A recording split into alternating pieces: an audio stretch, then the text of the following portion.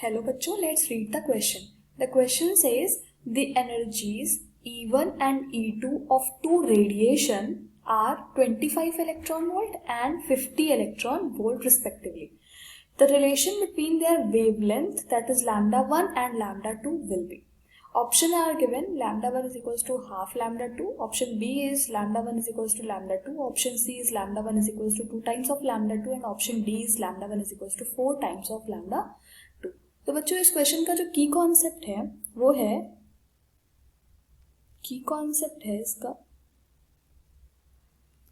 हमें किसी भी रेडिएशन में जो एनर्जी और लैम्डा का रिलेशन होता है वो हमें पता होना चाहिए. तो E इज इक्वल्स टू, मतलब यहाँ पे E क्या है, एक एनर्जी है किसी भी रेडिएशन की, ये होता है h न्यू के इक्वल. जब हम कोई भी मेटल सरफेस पे या कहीं पर भी हम कोई रेडिएशन या लाइट को फॉल करते हैं तो वो जो लाइट होती है वो एक फॉर्म ऑफ वेव पैकेट्स होती है, तो उसकी जो एनर्जी होती है वो होती है h न्यू.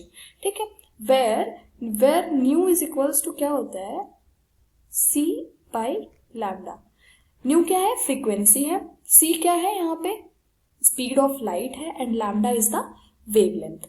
ठीक है, तो अब हमें इस रिलेशन से इस क्वेश्चन को सॉल्व करना है. तो सबसे पहले हमें दिया हुआ है E1, किसी दो रेडिएशन की ये बात कर रहा है. तो एक रेडिएशन की एनर्जी हमने सपोज कर ली कि E1 है, E1 इज इक्वल्स टू यहाँ पे हो जाएगा आपका h न्यू 1. फाइन. और यहाँ पे हमको E2 बोल दे रहा है कि दूसरी रेडिएशन की एनर्जी हो जाएगी h न्यू 2. अब हम न्यू की वैल्यू पुट कर देते हैं. तो E1 हमें दिया हुआ है, like E1 is equals to क्या है, 25 इलेक्ट्रॉन वोल्ट. तो ये हो गया 25 electron volt is equals to h. Now nu 1, तो हम यहाँ पे अगर हमने फॉर्मूला पढ़ा है nu is equals to c by lambda, तो अगर हम इसको सब्सटीट्यूट करना चाहें एनर्जी में तो ये हो जाएगा h c बाई लैम्डा. तो हम अब निकाल सकते हैं, तो ये हो जाएगा h c by lambda 1. Lambda 1 हमें नहीं पता है, हमने E2 की वैल्यू रखी, तो E2 इज इक्वल्स टू क्या दिया हुआ है, 50 इलेक्ट्रॉन वोल्ट. तो ये हो गया आपका 50 electron volt is equals to h c by lambda 2. Fine. Make this equation first and this equation second.